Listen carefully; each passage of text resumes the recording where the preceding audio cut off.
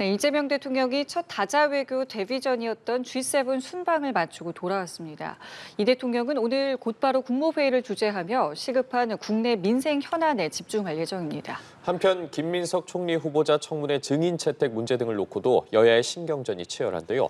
관련 내용 포함한 정치권 이슈들 김성환 시사평론가, 이종근 시사평론가와 함께 짚어보겠습니다. 두 분 어서 오십시오. 네, 안녕하세요. 예, 안녕하십니까. 이재명 대통령이 G7 순방을 마치고 돌아왔습니다. 굉장히 빠듯한 일정이었고요. 여러 이제 정상들과의 연쇄 회담이 있었는데요. 이 정상 외교의 데뷔전 어떻게 보셨는지 먼저 들어보겠습니다. 네, 어떠한 대통령이든 집권 초기에 첫 번째 순방 또는 첫 번째 회담이 왜 주목을 받냐면 대개의 역대 대통령의 첫 번째 그 회담이나 첫 번째 순방에서 결정적인 어떤 실수라든지 또는 하자들이 있었기 때문입니다. 기억하시겠지만 박근혜 전 대통령 시절에 윤창중 대변인의 사건으로 정권 초기에 굉장히 부담이 있었고요. 윤석열 대통령도 사실 날리면이라는 그런 그 발언의 진위 여부 때문에 상당히 곤혹스러웠고 또 김대중 대통령이나 노무현 대통령은 당시 미국 대통령과의 어떤 회담에서 뭐 헤이맨 뭐 이런 발언들을 들었다라는 것으로 또 돌아와서 상당히 구설에 오르기도 했습니다. 그런데 그러니까 중요한 건 뭐냐면 다자간 회담에서는 더군다나 큰 어떤 성과, 결과물을 내는 것보다는 무난하게 큰 어떤 그런 하자 없는 그런 그 회담이나 그런 대비가 중요했어요. 그런데 이번에 큰 어떤 실수는 보이지 않았습니다. 크게 어떤 문제가 되지 않았던 부분들. 예를 들자면 뭐 호주 총리와의 어떤 뭐 얼굴 평가, 이게 호주 언론에서 약간의 어떤 지적을 받았다. 이런 건 사실 소소한 문제라고 생각을 하고요. 전체적으로 봤을 때 저는 한일 정상회담을 가졌다는 것, 물론 한미 정상회담이 이루어지지 않은 건 굉장히 사실 아쉬운 부분인데 그래도 한일 정상회담을 하고 이재명 대통령이 한일 관계에 지금까지 발언했던 것과는 다르게 상당히 한일 관계를 높이 평가하고 또 한미일 협력과 관련된 의지를 표명한 것. 그래서 보수나 중도 유권자들이나 국민들도 이번 회담은 어쨌든 아주 성공적으로 치러낸 게 아니냐라고 평가를 받을 만하다고 생각합니다. 이게 여러 소식들이 들려 전해왔었는데요. 특히 어떤 부분 조금 눈여겨보셨습니까? 일단 뭐 윤석열 정부하고 제가 비교는 안 하겠습니다. 근데 당시에 윤석열 대통령이 해외에 나갔을 때마다 국민들이 불안해하셨거든요. 이번에는 불안해하지 않았던 것 같다. 그게 많은 분들한테 좀 안도감을 준 거 아닌가 생각되고요. 유성락 안보실장도 얘기했지만 비상겸 이후에 멈췄던 한국 외교가 다시 정상적으로 가동한다는 걸 보여줬다. 이런 점에서 굉장히 높은 평가를 좀 받고 있는 것 같은데요. 그러니까 저도 이재명 대통령이 사실은 양자 회동이나 이런 회담보다는 다자 외교가 훨씬 더 어렵다고 통상적으로 외교가에서 얘기를 하거든요. 왜냐하면 존재감을 드러내기가 굉장히 어렵습니다. 더군다나 처음 보는 특히나 이제 취임 이후 10일밖에 안 된 대통령이 다자 외교 무대에 나가서 다른 나라 정상들하고 굉장히 자연스럽게 대화를 나누는 게 그게 쉬운 일은 아니거든요. 그런 면에서 이재명 대통령은 뭐 룰라 대통령하고 손영공 시절의 문제라든가 룰라 대통령도 19살에 빈농에서 태어나가지고 본인 스스로도 새끼손가락을 잃는 그런 사고가 있었잖아요. 그러니까 그런 경험담을 나눈다거나 모디 총리하고 그 인도 영화에 대해서 자연스럽게 대화를 나눈다거나 뭐 남아공 대통령하고 만델라 대통령에 대한 얘기를 나눈다거나 이런 방식으로 굉장히 자연스럽게 화두를 이끌어내고 또 자연스럽게 뭐 어깨를 다독거린다거나 뭐 같이 이제 뭐라고 해야 될까요? 팔짱을 낀다거나 이런 모습들, 친화력 있는 모습들을 보였다고 하는 점에서 외국 정상들도 굉장히 친숙하게 느꼈을 것이다 이렇게 생각하고요. 또 이게 단순히 어떤 대화를 하는 수준에서 떠나가지고 그 나라와 우리나라 간에 실제 어떤 실리적인 외교가 있어야 하는지도 잊지 않고 얘기를 했다고 하는 점이에요. 예를 들면 뭐 캐나다 총리하고는 잠수함 문제를 얘기한다거나 아니면 예를 들면 방산협력이 필요하다고 하는 부분에 대해서는 방산협력에 대해서 잊지 않고 얘기한다거나 이런 식으로 우리 정부가 국익 차원에서 무언가 화두를 던져야 할 필요가 있다고 할 때는 잊지 않고 그런 부분에 대한 대화까지 나눴다고 하는 거예요.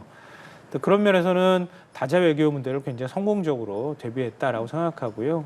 뭐 트럼프 대통령하고 정상회담이 안 이루어진 부분이 조금 아쉽긴 한데요.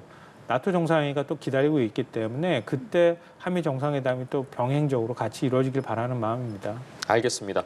귀국한 이재명 대통령 곧바로 업무에 들어가서 오늘 국무회의를 주재합니다. 오늘 국무회의에서 민생지원금이 포함된 추경안이 심의 의결될 예정인데 어제 이제 당정대 협의가 있었습니다. 그 협의에서 전 국민에 좀 보편적으로 이제 민생회복 지원금을 지급을 하되 취약계층 등에 좀 추가 지원하는 방식이 이미 합의가 된 상황이지 않겠습니까? 네네. 어떻게 보셨습니까? 네, 아마도 야당이 된 국민의힘이 이 부분과 관련해서 뭐 반목을 잡거나 하지는 않을 것 같아요. 워낙에 지금 국민 경제의 흐름이 최악으로 치닫고 있습니다. 그렇기 때문에 추경과 관련돼서는 첫 번째 또 이 정부의 어떤 경제의 국정 운영의 첫 번째 걸음이니까 그대로 이제 받아들일 텐데 걱정되는 부분은 확실히 있긴 있죠. 왜냐하면 35조가 투여되는데 역시 이재명 대통령이 이 성남시장 시절부터 줄곧 주장해왔던 보편적 복지와 관련돼서 재난지원금을 선별적 복지를 하겠다라는 어떤 뉘앙스가 있었는데 다시 보편적 복지를 기반으로 해서 조금 더 차상위 계층이라든 등 좀 더 많이 이렇게 지원하는 그런 방식, 그러니까 하이브리드라고 할까요? 좀 혼합한 방식을 좀 택했습니다. 이런 대목에서 혹시나 뭐 세입 경쟁이라든지 이런 이야기도 나오고 있는데 너무 후에 우리가 부담이 될 수 있는 그런 부분들이 아닐까. 추경이라는 건 진짜 불효불급하게 예산을 확보를 해야 되는데 국채 등을 지금 너무 쉽게 남발을 해서 나중에 그 빚이 많이 전가되지 않을까 그런 걱정은 분명히 있습니다. 그렇기 때문에 세부적인 내역과 관련돼서는 좀 더 숙고를 해야 되지 않을까라는 우려를 보탭니다. 말씀해 주신 것처럼 민생지원금 지급이 어떤 방식으로 이루어질지 굉장히 관심이 쏠렸었고 어쨌든 합의가 이루어진 상황이고 세입 경쟁에 대해서도 말씀을 해주셨어요. 결국에는 뭐 세금 예상보다 덜 거칠 것을 만약에 예상을 해서 정부가 어쨌든 예산을 다시 짜는 부분이지 않겠습니까? 그 부분에 대한 이야기도 나왔다는 건데 어떻게 상황 좀 바라보고 계십니까? 일단 지금 경제가 워낙 좋지 않기 때문에요. 정부가 재정 역할을 해야 한다고 하는 데 대해서는 이견이 없을 것 같아요. 그러면 어떻게 그러면 내수를 진작시킬 거냐 이런 부분에 있어서 가장 즉각적인 효과가 나타나는 게 바로 이런 형태의 지역화폐나 뭐 소득 민상회복 지원금이나 이런 형태가 된다고 하는 것에 대해서는 전문가들도 저는 이견이 없다고 생각하거든요. 그러니까 이창용 한은 총재도 어제 일반적인 예를 들면 보편 지급이냐 아니면 선별 지급이냐에 따라서 의견은 뭐 선별 지급 쪽에 의견을 조금 더 내긴 했지만 어찌됐든 간에 지금과 같은 이런 방식으로 할 수밖에 없다는 점은 사실상 인정을 했거든요. 근데 그런 면에서는 지금과 같은 소비 쿠폰을 지급하는 형태라든가 아니면 지역화폐를 발행했을 때 일정 부분 우리가 뭐 얘기하는 것처럼 10% 할인된 금액에 정부 지원금이 들어가서 지역화폐를 사용할 수 있도록 하는 환경을 만들어준다거나 이런 부분들은 저는 타당하다 이렇게 보는데요.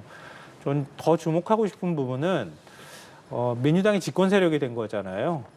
그러니까 집권한 이후에 굉장히 무거운 책임감을 느끼는 모습을 보였다. 이게 첫째고요. 둘째로는 유연한 태도를 보이고 있다라고 하는 거예요. 그러니까 지난 대선 기간 동안에 25만 원 민생회복 지원금을 국민께 약속을 했거든요. 그런데 지금 형태를 보면 선별과 보편 지급을 절충하는 형태로 만들었다는 거예요. 예를 들면 소득 상위 10%를 구분하는데 보통 수천억 원의 예산이 든다고 얘기하거든요. 근데 소득 상위 10%에 지급하는 금액은 실제로 제가 볼 때는 한 1조 원 남짓밖에 안 될 거예요. 지급한다고 하면. 그럼 별반 차이가 없거든요. 근데 조세저항이라고 하는 측면으로 바라볼 때는 굳이 소득 상위 10%를 완전히 배제하는 게 맞는가? 이런 부분에 대한 논란의 소지가 있다는 거죠. 그러니까 소득 상위에 대해서는 15만 원을 지급하더라도 나머지 일반 국민은 25만 원, 저소득층으로 내려갈수록 더 액수를 더해서 최대 50만 원까지 지급하는 이런 선별적인 지급 형태를 가져가면 국민들한테 조세 저항에 대한 것도 낮출 수 있고 어떤 본인들이 세금을 내고 난 다음에 그게 실제로 본인들한테 혜택이 돌아온다고 하는 어떤 체감 효과도 누리면서도 내수 진작 효과까지 같이 노릴 수 있다고 하는 점에서 굉장히 고심한 흔적이 보인다. 그런 유연성은 평가해 볼 만하다고 생각하고요. 거기에 더해서 영세 소상공인들에 대한 부채 탕감 문제 이것도 있지 않았다고 하는 점 그리고 지역화폐 발행 문제 그리고 여기에 지금 공개는 안 됐지만 전체 규모가 20조 한 2천억 정도 된다고 얘기를 하거든요. 그러면 가장 승수 효과가 크다고 얘기되는 건설 분야에 대한 어떤 정부가 그런 부분에 대한 사업을 크게 늘리는 방안이나 이런 것들까지 만약에 포함시킨다고 한다면 빨리만 만약에 추경이 집행이 된다고 한다면 내수 진작에는 상당히 도움이 되지 않을까 이렇게 평가합니다. 말씀하신 집행 과정에서 이제 국회에서는 법사위와 예결위로 이제 가야 하는데 마침 이 자리가 또 공석이고요. 또 양당의 이제 신경전이 굉장히 거센 자리이기도 합니다. 여야 원내대표가 이 부분과 관련해서 이제 논의를 했습니다. 그러니까 법사위원장을 달라. 그러면 지금 국민의힘이 갖고 있는 외통이나 국방이나 정보위를 넘기겠다라고 이야기를 한 상황인데요. 글쎄요, 지금 흐름 보시기에는 뭐 협상의 여지가 있다고 좀 생각을 하십니까? 글쎄요, 지금 집권 여당이 협치를 처음부터 강조를 했기 때문에 협치의 첫 번째 리트머스 시험지가 바로 이 법사위원장일 것 같아요. 법사위원장 이야기는 갑작스럽게 이렇게 달라라고 이야기하는 것이 아니고 끊임없이 관례를 지켜달라라는 요구거든요. 이 관례는 누가 주장을 했냐면 김대중 전 대통령이 대통령 되기 전부터 계속 주장했던 거예요. 김대중 대통령은 어떤 걸 주장하셨냐면 민주주의는 단순하게 다수결이 아니다. 소수당의 어떤 의견도 들어야지만 소수당을 지지하는 계층이라든지 지역이라든지 또는 젠더라든지 그들의 의견도 이 예산이라든지 이런 데 반영될 수가 있다. 입법의 활동에 반영될 수가 있다. 그래서 김대중 대통령이 주장한 대로 사실 관례가 됐어요. 1당이 국회의장을 하면 2당은 법사위원장을 한다. 왜 그러느냐. 서로 발목을 잡겠다는 거 아니라 거꾸로 이렇게 함으로써 수의 과정을 좀 더 거치고 해서 소수당의 의견을 더 많이 반영할 수 있도록 하는 장치거든요. 그런데 지금 민주당이 3번 연속 다수당이 됨으로써 점점 그 다수당의 어떤 그 의석수가 많아지자 이것을 아니다. 다수당이기 때문에 국회의장도 갖고 다수당이기 때문에 법사위원장도 갖고 다수당이기 때문에 운영위원장도 갖고 그래서 지난번 어떻게 됐습니까? 야당한테 언제나 돌아가야 될 법사위원장 내지는 뭐 운영위원장 등등 물론 운영위원장은 당시에 여당이었던 국민의힘이 가져가지도 못했어요. 일당이라는 이유로 그것까지도 다 가져갔습니다. 그러니까 다른 건 다 둘째치고라도 법사위원장만큼은 관례를 다시 살리자라는 게 국민의힘 의견인데 물론 다수당이고 또 임기가 딱 지금의 여당 목에 있으므로 그대로 주장을 한다면 그대로 밀어붙이겠습니다만 협치의 뜻을 이재명 대통령도 밝혔기 때문에 협치를 하기 위해서의 큰 양보를 국민의힘은 좀 기대하는 거죠. 그래서 국민의힘에서 제안한 게 외통위와 국방위와 정보위도 넘기겠다. 법사위 달라라고 지금 제안을 했거든요. 이 제안에 대해서는 어떻게 보셨습니까? 그러니까 야당 역할은 안 하고 국회 발목 잡기는 하겠다 이런 뜻으로밖에 해석이 안 되거든요. 제가 볼 때는 왜냐하면 국회 가장 큰 중요한 기능이 뭡니까? 입법과 예산입니다. 입법 예산을 다 우리한테 주도권을 달라고 얘기를 하고 있는 거거든요. 국민의 뜻대로 하겠다는 얘기입니다. 결국은 여당이 어떤 제안을 하든 어떤 소통을 하려고 한다 하더라도 국민의힘 의사와 맞지 않으면 아무것도 못하게 하겠다. 문지기 역할 우리가 하겠다 이렇게 나오는 거예요. 그러면 민주당이 할 수 있는 게 뭡니까? 근데 국민의힘이 가지고 있는 의석은 107석이에요. 107석 정당이 우리 야당이니 제1야당이니 우리한테 권한 다 넘기라고 하는 뜻하고 똑같거든요.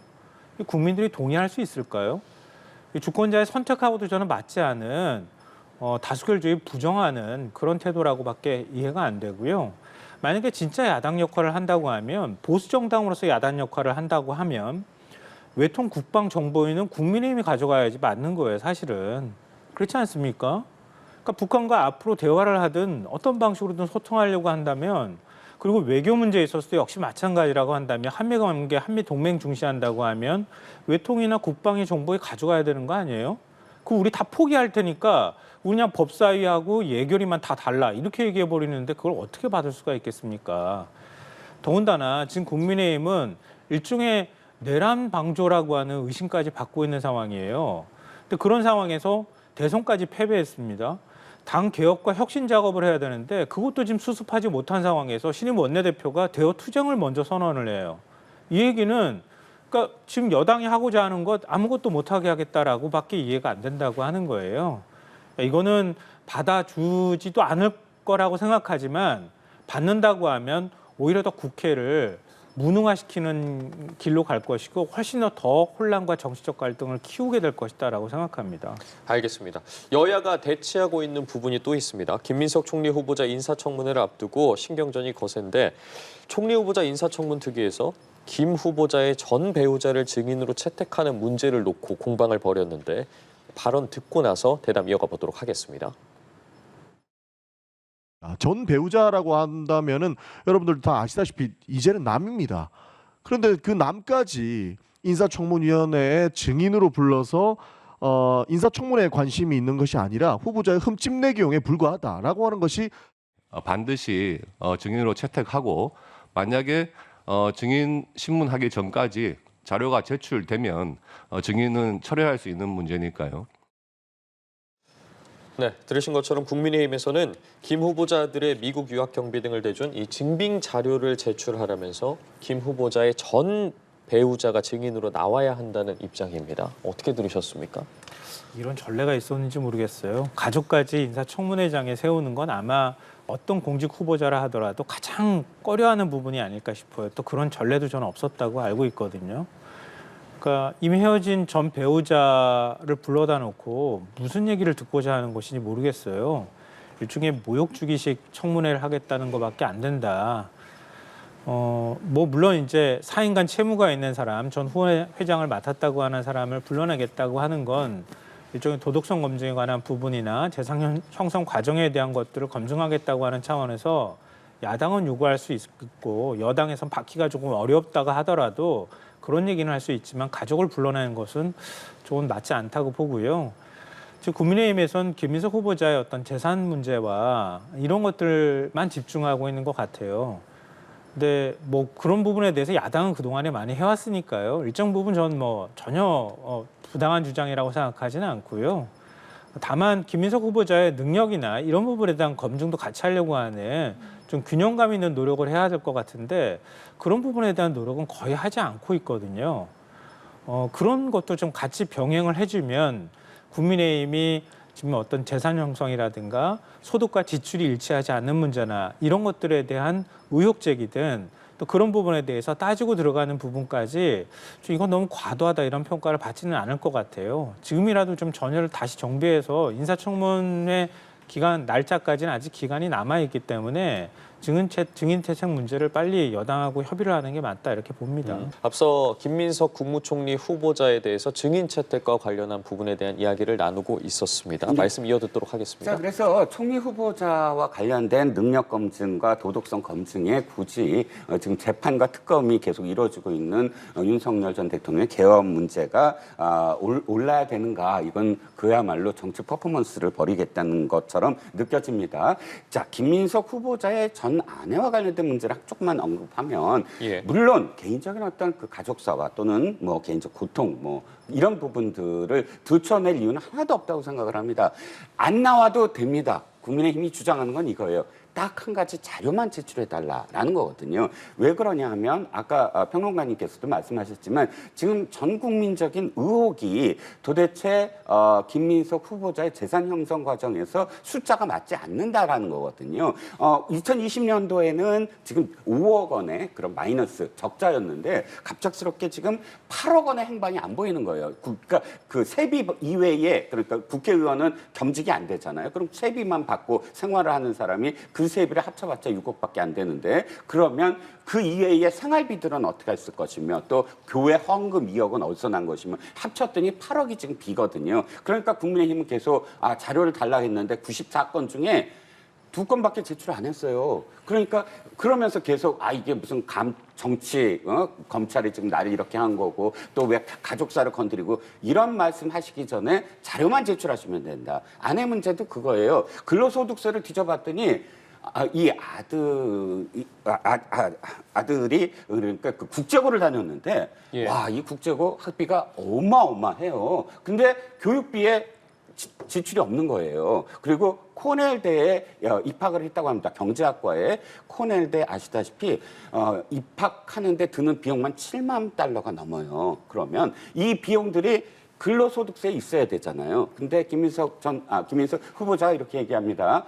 전 아내가 그걸 지출했다라고 얘기합니다. 그래서 전 아내분에게 나올 필요 없어요. 그러면 외환 거래 송금한 내역, 그러니까 국제고를 어떻게 하고 또는 그 코넬대에 어떻게 보냈다, 그것만 보내면 됩니다. 오실 필요 없어요. 그러니까 무슨 아픔을 드러내거나 무슨 고통을 주거나 이거 전혀 아닙니다. 그 8억과 플러스 이 학비 등등을 증명해내라는 거예요. 이미 김민석 후보자는 전과가 있습니다. 대법원에서 정치자금법 위반으로 똑같은 후원금을 받아서, 그리고 또 이번에 1억 4천과 관련된 그 강모 씨가 그때의 정치자금을 불법적으로 준 동일인이에요. 그러니까 그런 전례가 있으니까, 그러니까 더욱더 의심의 눈치를 보내는 것이고, 94건 중에 92건을 그냥 자료만 제출하면 충분히 됩니다. 청문회 때 제출하지 말고 청문회 전에 주셔야 그걸 국민의힘 의원들이 검증을 하고 이게 이렇게 됐구나 하고, 청문회에서 재산 형성 과정 얘기 안 할 겁니다.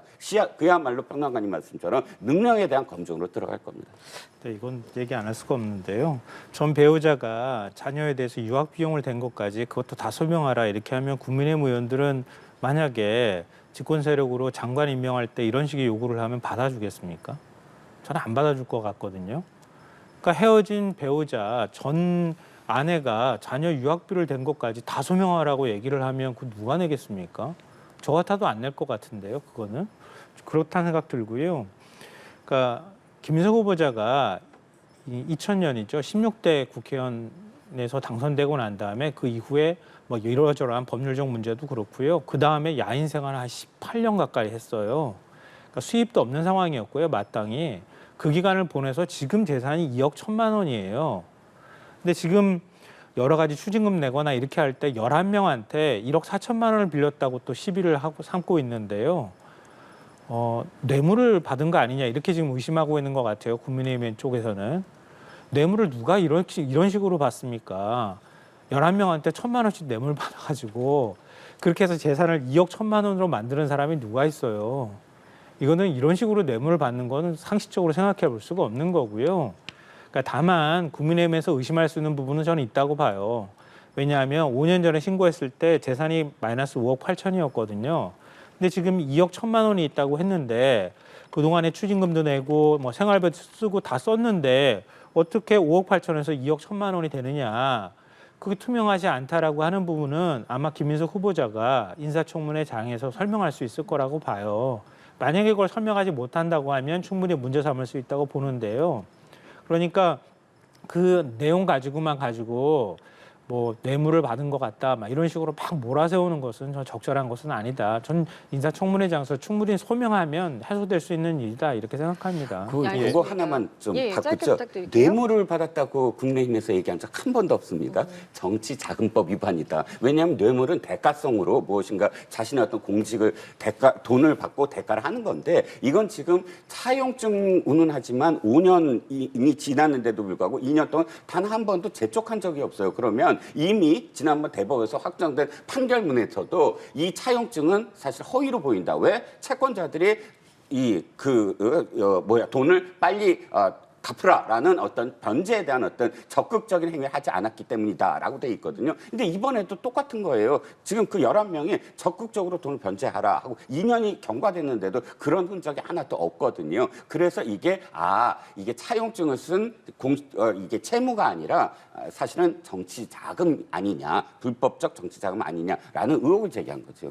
앞서 저희가 민주당에서 지금 제기하고 있는 주진우 의원의 아들 예금, 또 뭐 재산 형성과 관련한 의혹에 대해서 의견을 여쭤봤는데요. 계속 말씀 이어가 주시죠. 네, 주진우 의원을 민주당이 왜 이렇게 할까 돌아보면, 주진우 의원이 지금 법률 자문위원장이잖아요, 국민의힘. 그런데 김민석 국무총리 후보자와 관련돼서 많은 의혹들을 사실상 증거를 통해서 제기하고 있는 겁니다. 가장 비근한 예로 1억 4천만 원의 지금 채권자들 11명 중에 지금 강모 씨가 사실상 수년 전부터 계속 그 채권과 채무 관계처럼 해서 정치 후원을 해오고 있었는데, 이 11명 중에는 이 강모 씨의 회사에 감사로 있는 사람도 포함되어 있다는 거예요. 그런데 알고 봤더니 이 사람은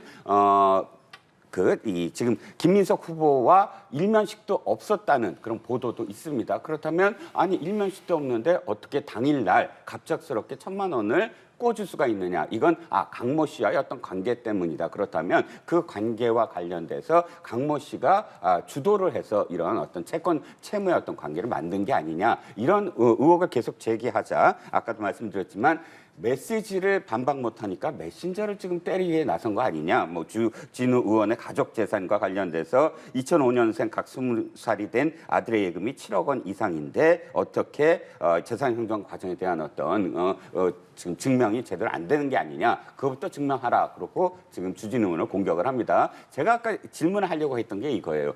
주진우 의원이 지금 국무총리 후보자인가요? 아니잖아요. 국무총리 후보자에 대한 검증을 하는 사람을 지금 이렇게 재차 검증을 하고 나섰습니다. 그렇다면 제가 민주당에 이렇게 이야기하고 싶네요. 지금 국정기획원장인 이한주 기획원장 똑같은 대답을 합니다. 어떻게? 그러니까 중학생과 초등학생 아들들에게 상가를 선물로 줍니다. 5월 5일 날 이한주 국정기획원장은 이렇게 얘기합니다. 그거 증여세 냈어요 라고 얘기합니다. 그렇다면 문제를 제기할 이유가 없죠. 이 주진우 의원한테 문제를 제기하려면 국정기획원장으로 임명된 이한주 기획원장부터 문제를 삼아야 된다라는 것이고요. 이렇게 메신저를 공격하려면 똑같이 이 문제를 제기한 의원 중에 강덕구 의원이 있습니다. 강덕구 의원이 어떤 상황이죠? 사실은 강덕구 의원이 김민석 후보자의 아들과 관련해서 아들이 제안한 그런 입법안을 그러니까 표절과 관련된 그런 이 교육과 관련된 입법안을 실제로 발의한 사람입니다. 그게 사실 문제가 되자 이번에 청문회 간사도 스스로 사퇴를 했거든요. 그런 분이 지금 나서서 주진우 의원, 김민석 후보자에 대한 검증을 지금 앞장서서 하고 있는 주진우 의원을 공격하는 그런 지금 자세를 보이는데 그것도 역시 그런 메신저를 그러니까 예를 들어 그런 문제를 제기하면 그거 역시 메신저를 공격하는 셈이 돼버리잖아요. 그러니까 저는 주진우 의원 문제가 있으면 뭐 해명하거나 문제가 있으면 계속 제기하면 됩니다. 그런데 이 문제 제기가 문제가 아니라 지금 의도, 그러니까 이런 문제를 제기하는 의도를 빤히 이렇게 드러낸 거 아니냐, 메신저를 공격하는 게 아니냐 싶습니다. 예. 방송 보시는 청취자분들께서 어떻게 생각하실지 모르겠는데요. 제 말씀 듣고 난 다음에 판단을 좀 해주셨으면 좋겠고요. 돈이 많다 그래서 불법행위를 안 하는 건 아니죠. 돈이 많은 사람들이 돈을 더 많이 받기도 하고 불법행위를 더 많이 하기도 합니다. 그러니까 돈이 많고 적음은 불법행위에 대한 의심의 부분과도 별로 관계가 없다. 이 말씀을 전제로 좀 드리고요. 주진우 의원이 재산이 가족들까지 포함하면 한 70억 정도가 되더라고요. 굉장히 많더라고요. 부친은 검사 출신인데 어떻게 그렇게 재산을 많이 만들었을까 이런 생각이 들고요. 검사 시절 검사를 17년을 지냈고 변호사를 한 2년 반 지냈거든요. 검사의 월급은 뻔하니까 변호사 한 2년 반 하는 동안에 돈을 저렇게 많이 벌었나? 이런 의문이 있고요. 그리고 아들 문제부터 말씀드리면 아들이 7억 4천만 원, 지금 10대인데 7억 4천만 원의 증여를 받았더라고요. 만약에 조부로부터 증여를 받으면 일반 세율보다 30% 할증이 돼요. 그러면 실제로 증여액은 10억 원이 넘는다는 얘기거든요. 근데 아들이 돈이 있을 리가 없잖아요. 10대가 자기가 무슨 자가 생활을 할 수 있는 상황도 아니고. 그러면 실제 증여액은 그보다 훨씬 더 크고요. 그러니까 증여세를 대신 납부를 해주면 거기에 따른 또 증여세를 납부를 해야 됩니다. 그럼 과연 납부했느냐? 이런 건 의혹 제기는 당연히 합리적인 어떤 질문이라고 보고요. 그리고 사인간 채무가 1억이 있더라고요. 지금 김민석 후보자 사인간 채무 가지고 시비 삼고 있잖아요. 근데 아들이 예금으로만 7억 8천만 원을 갖고 있어요. 10대가. 이것도 좀 이해가 안 되는데요. 근데 주진우 의원과 주진우 의원 배우자까지 포함하면 현금성 예금만 20억 원을 갖고 있어요. 근데 사인 간의 채무를 왜 1억을 납뒀는지 이해가 잘 안 돼요. 그럼 뭡니까? 이렇게 질문할 수 있는 거 아닙니까? 그리고 셋째로는요, 이건 도덕성에 관한 문제이기도 한데요. 지역구가 해운대잖아요. 전셋집도 없어요. 정작 집은 서울 압구정동에 있고요.